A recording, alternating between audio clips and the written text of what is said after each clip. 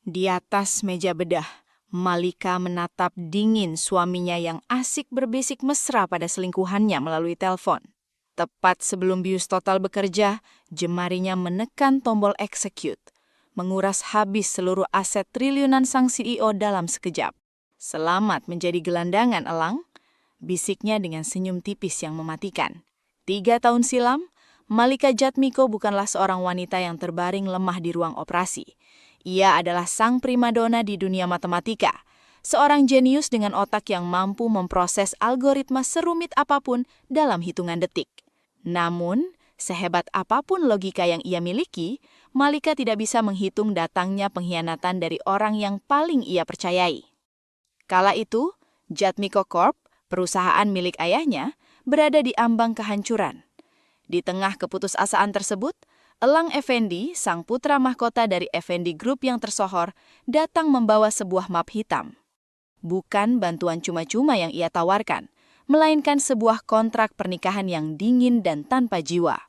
Tanda tangani ini, Malika. Aku akan melunasi seluruh utang perusahaan ayahmu dalam semalam. Ucap Elang kala itu, suaranya sedingin es sambil melemparkan pena ke atas meja kaca kantornya yang mewah. Tapi, jangan harap ada cinta. Bagiku kau hanyalah pajangan untuk menjaga citra perusahaan. Dan yang terpenting, kau adalah rahim untuk melahirkan pewaris Effendi Group. Setelah anak itu lahir, kau bisa pergi dengan uang pesangon yang cukup untuk hidup 7 turunan. Demi sang ayah, Malika menerima kesepakatan tersebut. Ia menanggalkan mimpinya di dunia akademis untuk menjadi istri seorang CEO dingin dan sombong. Di mata publik, mereka adalah pasangan sempurna dari kalangan konglomerat. Namun di balik pintu rumah mewah mereka di kawasan Menteng, Malika tak lebih dari sekedar orang asing. Elang Effendi memperlakukan istrinya layaknya aset perusahaan yang bisa diatur. Pria itu jarang pulang, dan jikapun pulang, ia hanya memberikan tatapan penuh penghinaan. Malika tetap diam, menjalankan perannya dengan sempurna, sembari menyembunyikan kecerdasannya di balik senyum yang santun. Ia membiarkan Elang percaya bahwa dirinya hanyalah wanita penurut yang tidak berdaya tanpa perlindungannya. Namun, harga diri Malika benar-benar diinjak-injak saat Elang mulai membawa masuk Siska Gunawan ke dalam kehidupan mereka. Siska adalah seorang model ambisius yang secara terang-terangan menunjukkan kemesraannya dengan Elang di depan publik, bahkan seringkali sengaja mengirimkan foto-foto provokatif kepada Malika. Elang, kapan kau akan menceraikan wanita membosankan itu? Rengek Siska suatu malam, saat Malika tak sengaja mendengar percakapan mereka di ruang kerja Elang. Elang hanya tertawa kecil, suara tawanya terdengar begitu menyakitkan di telinga Malika. Sabar sayang, biarkan dia melahirkan anak itu dulu. Begitu bayi itu keluar, aku sudah menyiapkan pengacara untuk memastikan dia pergi tanpa membawa sepeser pun dari harta Effendi. Dia pikir dia cukup pintar untuk menjadi Nyonya Effendi selamanya. Dia hanyalah alat, Siska, dan alat yang sudah tidak berguna harus segera dibuang. Malika berdiri di balik pintu. Tangannya mengepal kuat, namun wajahnya tetap datar tanpa ekspresi. Tidak ada air mata yang jatuh. Bagi seorang jenius matematika seperti dirinya, emosi hanyalah variabel yang bisa mengacaukan hasil akhir. Jika Elang menganggap pernikahan ini adalah sebuah permainan bisnis, maka Malika akan menunjukkan bagaimana cara memenangkan permainan tersebut dengan skakmat yang paling mematikan. Sejak malam itu, Malika mulai menyusun algoritma balas dendamnya, menunggu saat yang paling tepat untuk menarik seluruh modal dari kehidupan Elang Effendi. Lampu kristal di ballroom Grand Hyatt Jakarta memantulkan cahaya yang menyilaukan, seolah berusaha menutupi kebusukan yang tersembunyi di balik senyum para elit ibu kota. Malam itu adalah pesta perayaan kesuksesan Effendi Group, dan Malika Jatmiko berdiri di samping Elang dengan gaun hamil rancangan desainer ternama yang membalut tubuhnya dengan sempurna. Di mata tamu undangan, mereka adalah gambaran keluarga konglomerat yang ideal. Namun bagi Malika, setiap detik di ruangan itu terasa seperti berjalan di atas hamparan duri yang tak terlihat.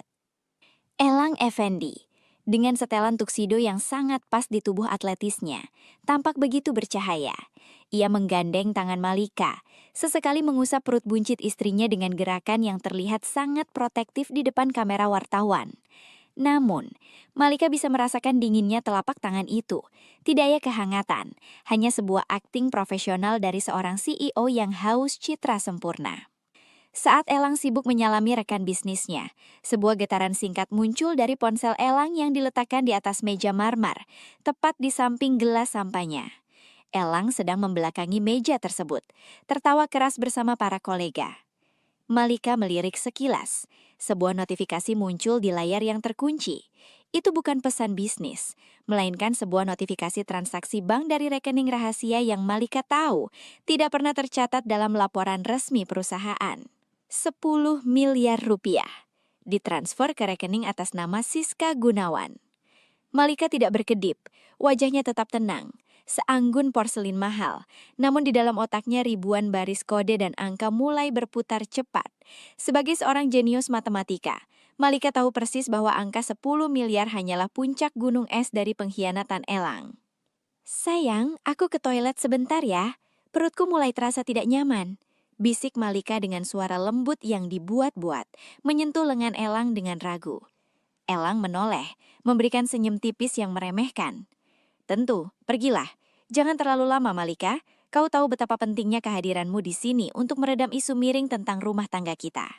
Malika hanya mengangguk patuh. Ia melangkah pergi, namun tujuannya bukanlah toilet. Ia menuju ke area balkon yang sepi, mengeluarkan sebuah perangkat kecil yang menyerupai flash disk dari balik tas pesta mahalnya. Dengan gerakan yang sangat terlatih, ia menyalakan laptop ultra tipis yang sudah ia sembunyikan di area lounge private sebelumnya. Jari jemari Malika menari di atas keyboard dengan kecepatan yang tidak masuk akal. Ia memanfaatkan celah protokol keamanan perbankan yang dulu pernah ia bantu kembangkan saat masih di bangku kuliah. Dalam hitungan detik, ia berhasil meretas masuk ke ponsel Elang melalui jaringan Wi-Fi privat hotel yang sudah ia cloning sebelumnya. Satu persatu, rahasia kotor itu terbuka di hadapannya. Bukan hanya soal transfer uang untuk apartemen mewah Siska di kawasan Senopati, tapi sesuatu yang jauh lebih gelap. Malika menemukan rekaman percakapan suara antara Elang dan ibunya, Nyonya Besar Effendi. Elang, pastikan semua dokumennya sudah siap. Suara Nyonya Besar Effendi terdengar tajam dan tanpa ampun dari speaker kecil laptop Malika. Begitu bayi laki-laki itu lahir, kita tidak butuh Malika lagi. Jatmiko Corp sudah habis kita hisap kering, dan keluarga Jatmiko sudah tidak punya nilai tawar. Aku tidak mau wanita rendahan itu membawa sepeser pun harta Effendi saat keluar dari rumah ini. Tenang saja, Mah. Suara Elang menyahut. Terdengar begitu santai seolah sedang membicarakan cuaca. Aku sudah menyiapkan pengacara untuk menyusun surat perjanjian baru yang akan dia tanda tangani saat dia masih dalam pengaruh obat bius pasca operasi nanti.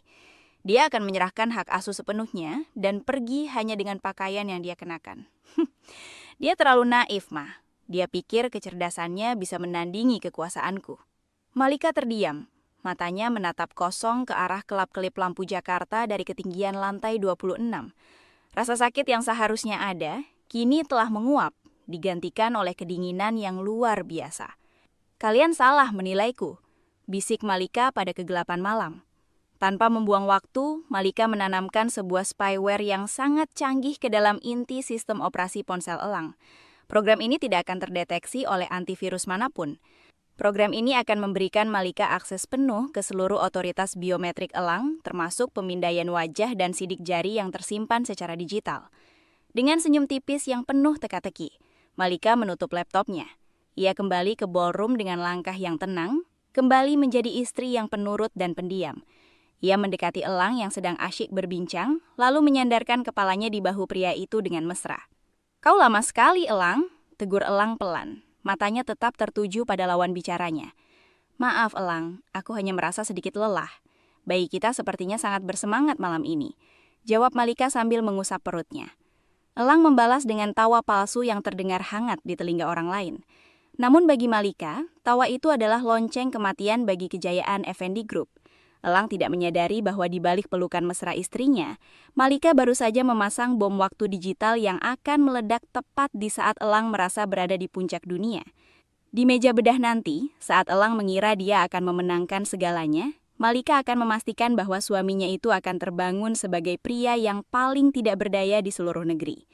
Permainan catur ini baru saja bermulai, dan sang ratu sudah menyiapkan langkah skakmatnya. Aroma disinfektan yang tajam menusuk indera penciuman Malika Jatmiko saat ia terbaring di atas berangkar ruang persiapan operasi sebuah rumah sakit mewah di Jakarta Selatan. Cahaya lampu neon yang putih pujat di atasnya seolah menelanjangi kerapuhan Malika yang kini tengah menunggu detik-detik persalinan sesar. Di sampingnya, Elang Effendi berdiri dengan wajah gelisah. Namun bukan kegelisahan seorang calon ayah yang menanti kelahiran putranya, melainkan kegelisahan seorang pria yang pikirannya tertinggal di tempat lain. "Elang, perutku mulai terasa sangat kencang," ucap Malika pelan, mencoba memancing reaksi dari suaminya. "Sabar Malika, dokter akan segera datang. Aku harus keluar sebentar, ada telepon darurat dari kantor yang tidak bisa ditunda." Kebohongan itu meluncur begitu mulus dari bibir Elang, seolah sudah dilatih ribuan kali. Malika hanya menatap langit-langit ruangan dengan ekspresi datar. Ia tahu betul telepon darurat itu tidak berasal dari gedung Effendi Tower di Sudirman, melainkan dari apartemen mewah di Senopati, tempat Siska Gunawan berada. Sesaat setelah Elang melangkah keluar dengan terburu-buru, suasana ruangan menjadi sunyi. Namun sebuah benda persegi panjang yang terletak di atas meja nakas menarik perhatian Malika. Elang, dalam ketergesaannya untuk menemui sang kekasih gelap, telah melakukan kesalahan fatal yang tidak pernah ia lakukan sebelumnya. Ia telah meninggalkan ponsel pribadinya. Dengan gerakan perlahan namun pasti, Malika meraih ponsel tersebut. Ia tidak butuh waktu lama untuk menembus sistem keamanannya. Spyware yang ia tanam beberapa minggu lalu telah bekerja dengan sempurna, memberinya akses penuh, bahkan tanpa perlu memasukkan kata sandi. Jari Malika bergerak cepat, membuka aplikasi pesan terenkripsi yang paling sering digunakan Elang. Di sana, deretan pesan dari Siska Gunawan terpampang nyata, membakar udara di sekitar Malika dengan pengkhianatan yang semakin menjadi-jadi. "Sayang, apa semuanya sudah siap? Aku tidak sabar ingin segera menyingkirkan wanita itu dari hidup kita," tulis Siska dalam pesan yang dikirimkan 5 menit yang lalu. Jawaban Elang membuat napas Malika sempat tertahan sejenak. "Tenang saja Siska. Dokumen dari rumah sakit jiwa sudah ada di tanganku. Pengacara sudah mengatur semuanya. Begitu bayi itu lahir dan Malika masih dalam pengaruh obat bius, dia akan segera menandatangani dokumen yang menyatakan bahwa dia mengalami gangguan jiwa berat pasca melahirkan atau postpartum psychosis. Dia akan dianggap tidak cakap secara hukum dan hak asuh penuh akan jatuh ke tanganku. Setelah itu, kita bisa membuangnya ke panti rehabilitasi di luar kota agar dia membusuk di sana." Malika menatap layar ponsel itu dengan mata yang berkilat dingin. Tidak ada air mata, tidak ada isak tangis yang pecah. Yang ada hanyalah kalkulasi yang semakin tajam di dalam otaknya yang jenius. Elang tidak hanya ingin merampas hartanya, tapi pria itu ingin mencuri bayinya dan menghancurkan kewarasannya demi memberikan kebahagiaan bagi wanita simpanannya. Di balik pintu kaca, Malika bisa melihat bayangan Elang yang sedang berbicara dengan nada rendah dan mesra di telepon, tepat di lorong rumah sakit yang sepi. Elang tertawa kecil, suara tawa yang terdengar seperti ejekan bagi nyawa yang sedang dipertaruhkan Malika di dalam ruang operasi ini. "Kau pikir kau sudah menang, Elang?" bisik Malika hampir tak terdengar. Wanita itu melirik jam di dinding. Masih ada 15 menit sebelum tim dokter bedah masuk untuk memulai prosedur bius total. 15 menit adalah waktu yang sangat lama bagi seorang jenius matematika yang memiliki akses ke seluruh sistem perbankan internal konglomerat terbesar di Indonesia. Malika segera mengaktifkan protokol sekakmat yang sudah ia susun sejak malam di Grand Hyatt. Dengan tangan yang stabil, ia meretas masuk ke server utama Effendi Group. Ia menggunakan data biometrik wajah Elang yang sudah ia rekam secara diam-diam melalui kamera ponsel saat pria itu sedang tidur, melewati sistem verifikasi 2 langkah yang paling ketat sekalipun. Satu persatu, aset-aset yang menjadi kebanggaan keluarga Effendi mulai berpindah tangan dalam dunia digital yang sunyi. Saham mayoritas di Effendi Tower, kepemilikan tanah di kawasan Kuningan, hingga rekening-rekening luar negeri di Swiss, semuanya dialihkan ke sebuah entitas baru yang bernama Yayasan Putra Jatmiko, sebuah yayasan sosial yang secara hukum dikelola secara tunggal oleh Malika dan akan diwariskan sepenuhnya kepada bayi laki-laki yang sedang dikandungnya. Dalam hitungan menit, Elang Effendi yang sedang tertawa mesra di luar sana secara teknis telah kehilangan segalanya. Pria itu tidak menyadari bahwa kekuasaannya telah runtuh tepat sebelum ia bisa menggendong putra mahkotanya. Saat langkah kaki para perawat dan dokter mulai mendekat, Malika dengan tenang meletakkan kembali ponsel Elang di posisi semula. Ia memejamkan matanya sebentar, mengatur detak jantungnya agar tetap stabil di monitor medis. Elang masuk kembali ke ruangan dengan wajah yang kembali disetel dalam mode suami siaga yang palsu. Ia menggenggam tangan Malika, memberikan kecupan di kening yang terasa begitu menjijikkan bagi Malika. "Semangat sayang, sebentar lagi anak kita akan lahir. Aku akan selalu ada di sini menunggumu," ucap Elang dengan nada manis yang berbisa. Malika hanya memberikan senyum tipis, sebuah senyuman yang mengandung rahasia mematikan. "Ya Elang, aku harap kau siap dengan kejutan yang akan datang saat aku terbangun nanti." Dokter anestesi mulai memasukkan obat bius ke dalam selang infus Malika. Perlahan, kesadaran wanita itu mulai menipis. Namun di dalam kepalanya, ia sudah melihat kehancuran Elang Effendi yang tinggal menunggu waktu. Sebelum kegelapan total menjemputnya, Malika membisikkan satu kalimat dalam hatinya. "Selamat datang di neraka yang kau bangun sendiri, suamiku." Detik-detik sebelum jarum anestesi menusuk kulitnya, Malika Jatmiko masa waktu seolah melambat. Di balik tirai rumah sakit yang steril, Elang Effendi baru saja melangkah keluar dengan senyum penuh kemenangan, yakin bahwa istrinya akan segera menjadi tawanan di rumah sakit jiwa, sementara ia berpesta dengan selingkuhannya. Namun, Elang melakukan satu kesalahan fatal. Ia meremehkan otak di balik sosok wanita yang selama ini hanya ia anggap sebagai pajangan. Begitu pintu berderi tertutup, sorot mata Malika yang semula sayu langsung berubah tajam dan berkilat dingin. Tidak ada lagi istri penurut yang lemah. Dengan gerakan yang sangat efisien, ia meraih ponsel rahasia berukuran ultra tipis yang telah ia sembunyikan di balik lipatan kain bedahnya. Ini adalah saat yang telah ia persiapkan selama berbulan-bulan. Sebuah perhitungan matematika yang tak boleh meleset satu desimal pun. Jemari Malika menari di atas layar dengan kecepatan yang mustahil bagi orang awam. Ia segera meluncurkan sebuah program bypass yang ia ciptakan sendiri, sebuah protokol keamanan tingkat tinggi yang bahkan tim IT terbaik Effendi Group pun tak akan mampu mendeteksinya. Layar ponselnya dipenuhi dengan ribuan baris kode hijau yang bergerak cepat, menembus firewall berlapis dari sistem perbankan internal keluarga Effendi. "Kau ingin aku pergi tanpa sepeser pun, Elang? Mari kita lihat siapa yang akan tidur di emperan jalan besok pagi." Gumam Malika dalam hati, bibirnya membentuk garis lurus yang penuh tekad. Hambatan pertama muncul, sistem verifikasi biometrik 3 lapis. Malika tersenyum sinis.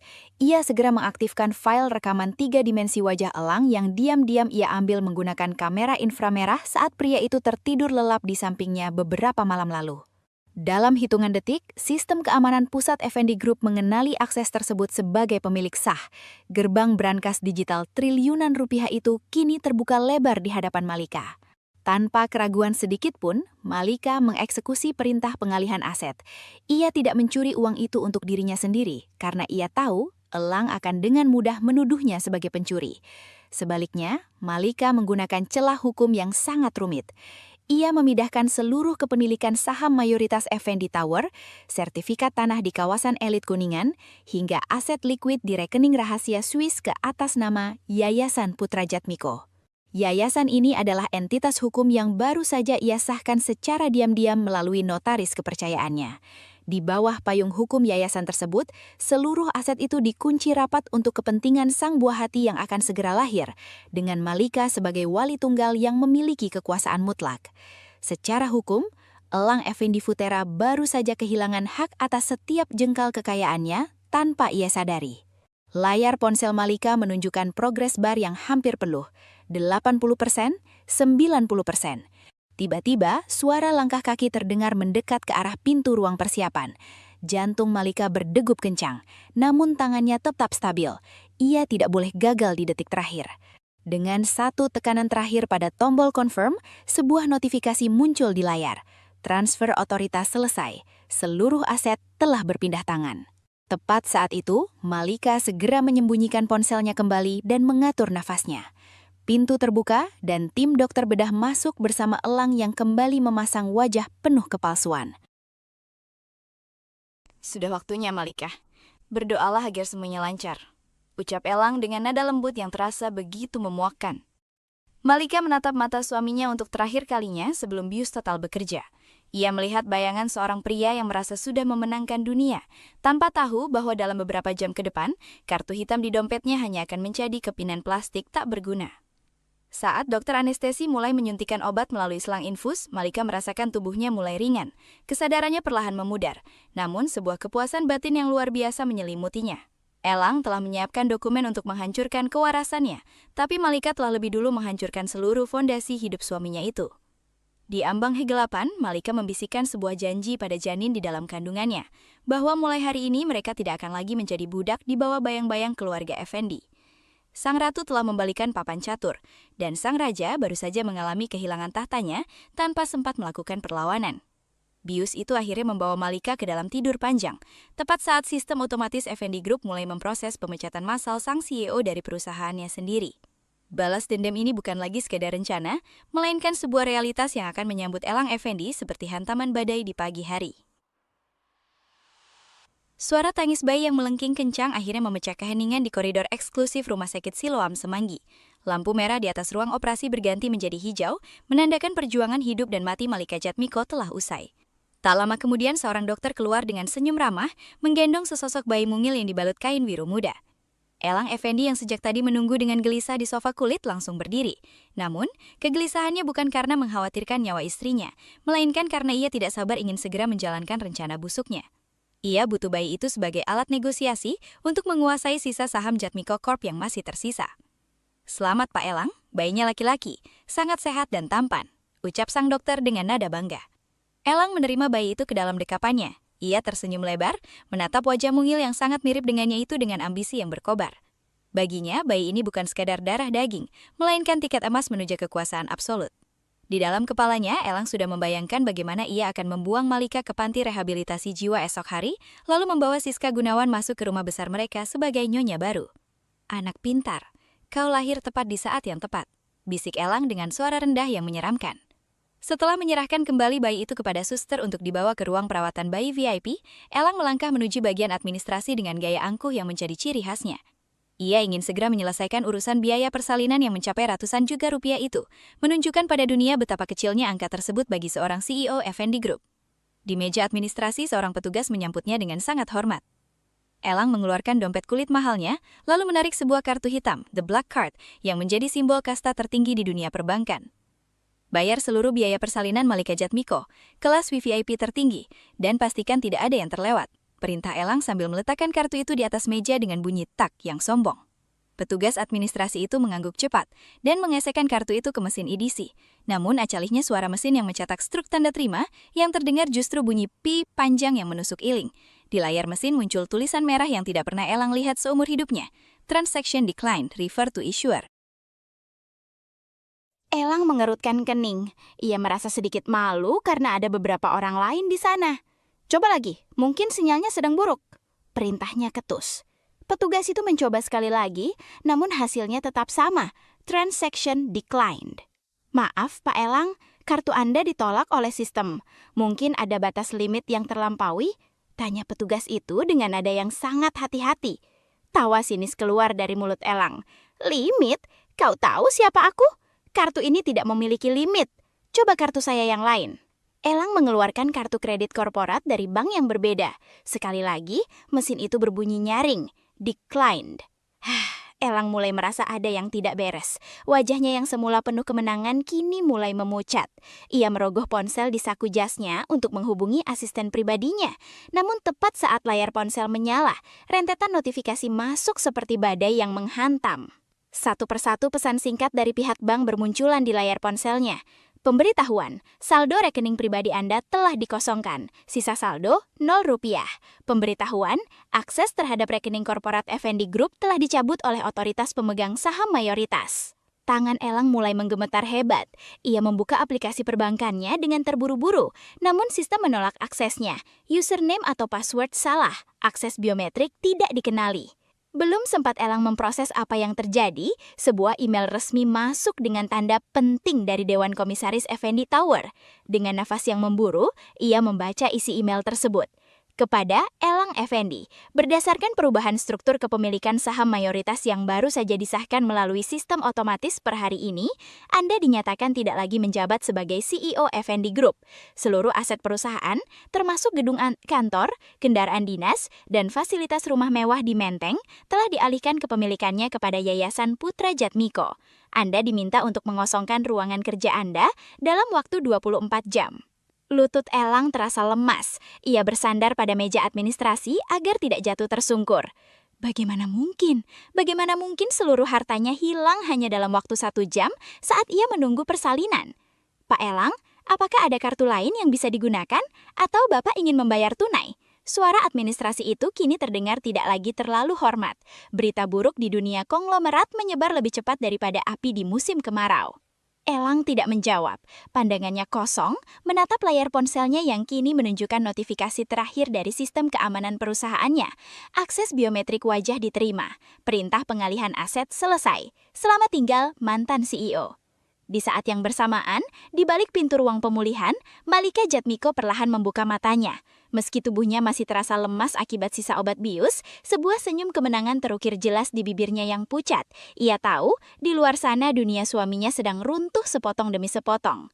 Malika menatap langit-langit ruangan dengan tatapan tajam seorang ratu yang baru saja merebut kembali tahtanya. Sang jenius telah bangun, dan bagi Elang Effendi, ini adalah awal dari penderitaan panjang yang tak pernah ia bayangkan sebelumnya. Elang Effendi berdiri mematung di lorong rumah sakit dengan nafas yang memburuh dan keringat dingin yang membasahi kemeja mahalnya. Dengan tangan yang gemetar hebat, ia mencoba menghubungi nomor Siska Gunawan, satu-satunya orang yang ia pikir bisa menjadi tempatnya bersandar di saat kehancuran ini. Namun nada sambung yang terdengar hanya berakhir pada suara mesin penjawab yang dingin. Di tempat lain, di sebuah apartemen mewah di kawasan Senopati, Siska Gunawan tidak sedang menangisi nasib kekasih gelapnya. Sebaliknya, wanita itu sedang bergerak dengan sangat cekatan. Berita mengenai jatuhnya Elang Effendi dari kursi CEO telah sampai ke telinganya lebih cepat melalui koneksi rahasianya di bursa saham. Siska, sang model ambisius yang sejak awal hanya mengincar harta keluarga Effendi, tahu bahwa kapal yang ia tumpangi sedang tenggelam. Siska melempar tas-tas bermerek ke atas tempat tidur dan mengisinya dengan tumpukan uang tunai serta perhiasan berlian hasil pemberian Elang selama mereka berselingkuh. Baginya, Elang kini hanyalah sampah yang tidak berguna. Ia sudah memesan tiket penerbangan pertama menuju Singapura, berencana memulai hidup baru dengan kekayaan yang berhasil ia kuras dari pria malang itu. Sambil menarik koper besarnya menuju pintu, Siska sempat melirik ponselnya yang terus bergetar menunjukkan nama Elang. Ia tersenyum sinis, lalu dengan dingin memblokir nomor pria yang selama ini memujanya itu. Selamat tinggal Elang, cari saja wanita bodoh lain untuk membantumu, karena aku tidak sudi hidup melarat bersamamu, gumam Siska dengan nada penuh kebencian. Namun, yang tidak disadari oleh Siska adalah bahwa setiap langkah yang ia ambil telah dipantau secara langsung oleh Malika Jatmiko. Melalui layar tablet medis di ruang pemulihan, Malika menatap titik merah yang bergerak di peta digital, posisi GPS ponsel Siska. Malika sudah tahu sejak awal bahwa Siska adalah musang berbulu domba yang akan mengkhianati Elang di detik pertama pria itu bangkrut. Malika menekan sebuah tombol di layar tabletnya, mengirimkan sebuah paket data berukuran besar ke unit tindak pidana pencucian uang Kepolisian Jakarta. Paket itu berisi bukti-bukti yang sangat akurat, namun sebagian di antaranya telah dimodifikasi oleh kecerdasan Malika. Dokumen-dokumen itu menunjukkan bahwa Siska Gunawan adalah otak utama di balik penggelapan dana cadangan Effendi Group selama 2 tahun terakhir. Dengan kemampuannya meretas, Malika menciptakan jejak digital yang seolah-olah memperlihatkan Siska sedang bersiap melarikan diri dengan uang hasil kejahatan tersebut. Suasana Terminal 3 Bandara Soekarno-Hatta sore itu tampak sangat padat. Siska melangkah dengan penuh percaya diri, mengenakan kacamata hitam besar dan syal sutra untuk menutupi wajahnya. Ia merasa sudah hampir sampai di gerbang kebebasannya. Namun, saat ia hendak melewati pemeriksaan imigrasi, langkahnya terhenti oleh 4 orang pria bertubuh tegap dengan seragam polisi yang tiba-tiba mengepungnya. Nona Siska Gunawan, Anda dilarang bepergian ke luar negeri atas perintah pengadilan, ucap salah seorang petugas dengan suara tegas yang menarik perhatian orang-orang di sekitar. Wajah Siska seketika menjadi pucat pasi. Apa maksud kalian? Ini pasti ada kesalahan. Saya hanya ingin berlibur, teriaknya mencoba membela diri. Tanpa banyak bicara, petugas itu menunjukkan surat perintah penangkapan. Anda ditahan atas tuduhan penggelapan dana perusahaan Effendi Group sebesar 50 miliar rupiah dan tindak pidana pencucian uang. Kami memiliki bukti transaksi yang menunjukkan Anda mencoba memindahkan dana tersebut ke rekening luar negeri pagi ini. Siska jerit histeris saat borkol besi yang dingin melingkar di pergelangan tangannya. Ia mencoba meronta, namun para petugas itu langsung menyeretnya keluar dari jalur antrian. Koper-kopernya yang penuh dengan barang jarahan disita di depan mata publik yang menonton dengan tatapan menghina. Siska tidak tahu bahwa bukti transaksi yang dimaksud polisi adalah jebakan digital yang dikirimkan oleh Malika tepat saat Siska menekan tombol confirm untuk memesan tiket pesawatnya. Kabar penangkapan Siska Gunawan yang ditayangkan secara langsung oleh televisi nasional sampai ke telinga Elang yang masih terduduk lemas di bangku rumah sakit. Pria itu menatap layar televisi di ruang tunggu dengan tatapan kosong. Pengkhianatan Siska yang begitu cepat dan telak terasa lebih menyakitkan daripada kehilangan hartanya. Orang yang ia bela mati-matian, orang yang ia pilih untuk mengkhianati istrinya sendiri, ternyata adalah orang yang paling ingin melihatnya hancur. Dari balik kaca ruang perawatan bayi, Malika Jatmiko menyaksikan kehancuran suaminya melalui pantulan bayangan di jendela. Ia mengusap pipi putranya yang baru lahir dengan lembut. Malika tidak perlu mengotori tangannya dengan darah untuk menghancurkan musuh-musuhnya. Ia hanya perlu membiarkan keserakahan dan kebusukan hati mereka saling menghancurkan satu sama lain. Siska Gunawan kini menuju jeruji besi dengan tuduhan yang tak mungkin ia bantah, sementara Elang Effendi tertinggal sebagai bangkai hidup yang tak punya apa-apa lagi. Sang istri jenius telah menuntaskan bidak catur terakhirnya dalam subplot pengkhianatan ini, menyisakan panggung kosong bagi Elang untuk merenungi kebuduhannya di tengah keheningan rumah sakit yang mencekam. 1 bulan telah berlalu sejak badai yang menghancurkan hidup Elang Effendi berkecamuk. Gedung pencakar langit Effendi Tower masih berdiri kokoh di jantung kawasan Kuningan, memantulkan cahaya matahari Jakarta yang terik pada fasad kacanya yang mewah. Namun bagi Elang, gedung itu kini terasa seperti benteng yang tak tertembus. Elang melangkah tertatih menuju lobi utama. Penampilannya sangat kontras dengan sosok CEO karismatik yang dulu dipuja-puja. Kemeja mahalnya kini kusam dan tak lagi disetrika. Wajahnya ditumbuhi janggut kasar yang tak terawat, dan sorot matanya yang dulu penuh keangkuhan kini hanya menyisakan keputusasaan yang dalam. Begitu ia menginjakkan kaki di atas lantai marmer lobi, 2 orang petugas keamanan bertubuh tegap langsung menghadang langkahnya. Petugas yang dulu selalu membungkuk hormat saat melihat bayangan Elang pun, kini menatapnya dengan pandangan penuh penghinaan. "Minggir, apa kalian tidak tahu siapa saya? Saya adalah pemilik gedung ini." Elang mencoba mengumpulkan sisa-sisa otoritasnya yang telah lama hilang. "Maaf Pak Lang, nama Anda sudah masuk dalam daftar hitam dilarang masuk. Silahkan tinggalkan area ini sebelum kami bertindak tegas," ucap salah satu petugas dengan nada dingin tanpa ekspresi. Elang hendak meronta dan memaksa masuk, namun langkahnya terhenti saat seorang pria dengan setelan jas hitam yang sangat rapi melangkah keluar dari lift VIP. Pria itu adalah Guntur Pangestu, pengacara elit yang dikenal sebagai hiu hukum di kalangan konglomerat. Ia adalah pria yang dulu sangat ingin disewa Elang, namun kini berdiri di sana sebagai benteng pertahanan musuhnya. Guntur menatap Elang dari balik kacamata frame peraknya dengan tatapan merendahkan. Di tangannya ia memegang sebuah map kulit tebal berwarna emas. "Masih mencoba masuk ke tempat yang bukan milikmu lagi, Elang? Keberanianmu sungguh patut dipuji, atau mungkin itu hanya bentuk dari rasa frustrasi yang sudah mencapai puncaknya." Suara Guntur terdengar tenang namun menusuk telinga. "Guntur, berikan aku akses ke kantorku. Malika pasti melakukan kesalahan dalam sistemnya. Tidak mungkin seluruh aset keluarga Effendi hilang begitu saja dalam semalam." Elang berteriak histeris, air mata mulai menggenang di sudut matanya yang merah. "Tidak ada kesalahan, Elang. Yang ada hanyalah perhitungan matematis yang sempurna dari seorang jenius, dan kau hanyalah variabel yang telah dieliminasi." Tepat saat itu, suara derit halus ban mobil mewah terdengar dari arah pintu masuk VIP. Sebuah Rolls-Royce Phantom berwarna hitam pekat berhenti tepat di depan lobi. Pintu mobil terbuka dan perhatian semua orang di sana seolah tersedot ke satu titik. Malika Jatmiko keluar dari mobil itu dengan keanggunan yang mematikan. Ia mengenakan dress sutra berwarna putih gading dengan blazer couture yang tersampir di bahunya. Tidak ada lagi jejak pucat dari meja bedah sebulan yang lalu. Wajahnya bersinar dengan aura kekuasaan yang tak terbantahkan. Di dalam dekapannya, ia menggendong sang putra kecil yang terlelap tenang dalam balutan selimut kasmir mahal. Elang mematung. Ia menatap istrinya, atau wanita yang dulu ia anggap hanya sebagai pajangan, dengan tatapan tak percaya. Malika melangkah mendekati Elang dengan suara denting high heels-nya yang berirama seperti detak jam kematian bagi karir Elang. Malika berhenti tepat 1 meter di depan suaminya. Bau parfum mahal yang elegan seketika memenuhi indera penciuman Elang, mengingatkannya pada dunia mewah yang baru saja ia tinggalkan. "Malika, tolong, aku ayah dari anakmu," bisik Elang dengan suara gemetar, mencoba memohon belas kasihan. Malika menatap Elang dengan mata dinginnya yang tajam. Ia tidak merasa sedih, apalagi marah. Yang ia rasakan hanyalah kekosongan yang memuaskan. Ia perlahan merogoh saku blazernya dan mengeluarkan selembar dokumen yang telah ditandatangani.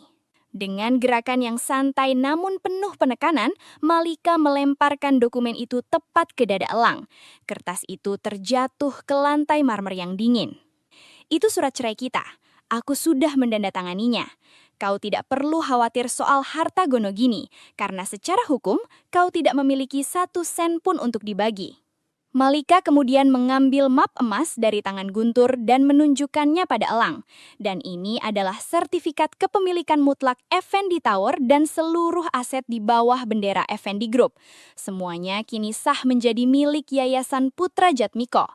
Aku hanya wali tunggalnya sampai anakku cukup umur untuk memimpin kerajaan ini. Kau merampokku, Malika!" Elang berteriak penuh amarah, mencoba meraih lengan Malika. Namun Guntur dan para petugas keamanan dengan cepat menepis tangannya. Malika tersenyum sinis, sebuah senyuman yang belum pernah Elang lihat selama bertahun-tahun pernikahan mereka.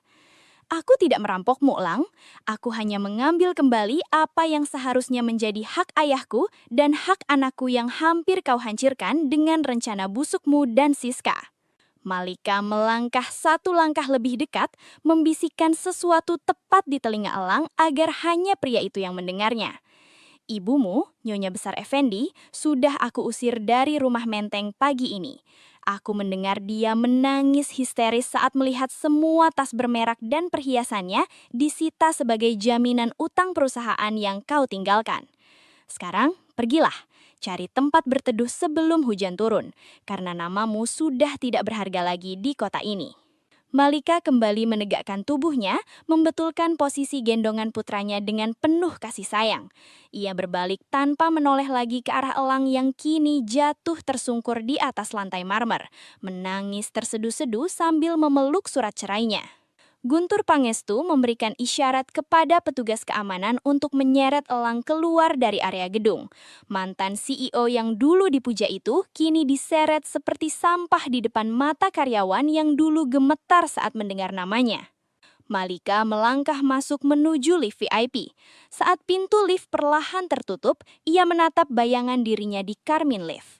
Ia bukan lagi sekedar istri kontrak atau pion dalam permainan bisnis.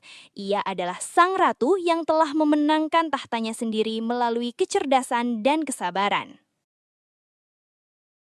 Di balkon kantor barunya yang berada di lantai tertinggi, Malika menatap pemandangan Jakarta yang luas. Di bawah sana, dunia terus bergerak. Namun ia tahu bahwa mulai hari ini, ia adalah penguasa baru yang tidak akan pernah bisa dijatuhkan oleh siapapun. Balas dendamnya telah tuntas, dan masa depan cerah kini membentang luas bagi dirinya dan sang putra mahkota yang ada dalam pelukannya. Keadilan telah ditegakkan, dan sang jenius akhirnya berdiri di puncak dunia yang pernah mencoba menghancurkannya. Langit Jakarta sore itu mendung, seolah ikut meratapi nasib Nyonya Besar Effendi yang kini berdiri di trotoar depan rumah mewahnya di Menteng. Wanita yang dulu selalu memakai perhiasan berlian seharga apartemen itu, kini hanya bisa memeluk sebuah tas lusuh berisi beberapa helai pakaian. Tidak ada lagi pelayan yang membungkuk hormat. Tidak ada lagi supir pribadi yang siap membukakan pintu mobil. Yang ada hanyalah tatapan dingin dari para petugas penyita aset yang baru saja mengganti gembok gerbang raksasa itu dengan rantai besi. Di sampingnya, Elang Effendi tertunduk lesu.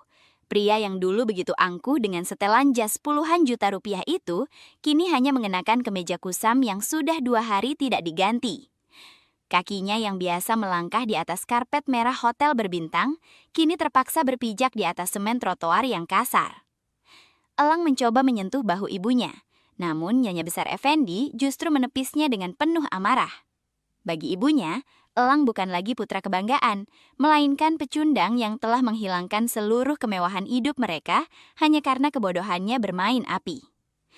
Roda kehidupan memang berputar, namun bagi mereka, roda itu seolah berhenti di titik paling bawah dan menggilas harga diri mereka sampai hancur. Elang menatap layar besar di sebuah gedung di seberang jalan. Di sana, berita utama sore itu menampilkan wajah Malika Jatmiko yang tampak sangat cantik dan berwibawa. Berita itu mengabarkan bahwa Malika baru saja dinobatkan sebagai wanita paling berpengaruh di Asia setelah berhasil menyatukan Jatmiko Corp dan Effendi Group menjadi sebuah imperium bisnis baru yang tak terkalahkan. Pemandangan itu terasa seperti sembilu yang menyayat hati Elang. Malika, wanita yang dulu ia remehkan sebagai sekadar pajangan, kini telah terbang setinggi langit, sementara ia sendiri terkubur dalam kehinaan. Tidak ada perusahaan yang mau menerima lamaran kerja Elang. Namanya sudah masuk dalam daftar hitam di seluruh jaringan bisnis Indonesia. Bahkan untuk sekadar membeli makan siang di warung pinggir jalan pun, Elang harus menghitung sisa recehan di kantongnya yang semakin menipis. Sementara itu, di lantai tertinggi gedung pencakar langit yang kini bernama Jatmiko Tower, suasana sangat tenang dan elegan. Malika Jatmiko berdiri tegak di balik dinding kaca balkonnya yang luas. Angin sore memainkan rambutnya yang tertata sempurna. Di dalam pelukannya, sang putra kecil yang diberi nama Arlo Jatmiko sedang tertidur pulas dengan ekspresi wajah yang sangat damai. Arlo tidak perlu tahu seberapa besar badai yang telah dilalui ibunya untuk mengamankan masa depannya. Guntur Pangestu melangkah masuk ke ruangan itu dengan langkah tenang. Ia memberikan laporan bahwa proses pembersihan sisa-sisa pengikut Elang di perusahaan sudah selesai 100%. Malika hanya mengangguk pelan tanpa mengalihkan pandangannya dari pemandangan kota Jakarta di bawah sana. Baginya, Elang dan segala pengkhianatannya kini hanyalah debu kecil di masa lalu yang sudah ia sapu bersih. Malika menatap wajah putranya dengan tatapan penuh kasih sayang. Namun, ada ketegasan seorang pemimpin di matanya. Ia telah membuktikan pada dunia, terutama pada keluarga Effendi yang serakah, bahwa kecerdasan seorang wanita tidak boleh sekali-kali diremehkan. Tanpa perlu berteriak, tanpa perlu meneteskan air mata di depan publik, ia telah meruntuhkan sebuah dinasti hanya dengan beberapa baris kode dan perhitungan matematika yang presisi di atas meja bedah. Sambil mengecup kening Arlo, Malika berjanji dalam hati bahwa kerajaan bisnis yang ia bangun ini akan menjadi warisan yang tak tergoyahkan bagi anaknya. Ia bukan lagi Malika yang bisa diatur oleh kontrak pernikahan manapun. Ia adalah penguasa tunggal, sang ratu yang memenangkan peperangan paling sunyi namun paling mematikan dalam sejarah konglomerat Indonesia. Di balkon itu, di tengah kemegahan yang ia rebut kembali dengan tangannya sendiri, Malika Jatmiko tersenyum tipis. Ia tahu bahwa mulai hari ini tidak akan ada lagi yang berani mengkhianatinya. Karena pada akhirnya, di dunia yang kejam ini, cinta bisa saja mengkhianati. Namun, kecerdasan dan kedaulatan atas diri sendiri adalah senjata yang paling mematikan untuk memastikan keadilan benar-benar ditegakkan. Sang ratu telah kembali ke tahtanya, dan masa depan kini berada tepat di genggamannya.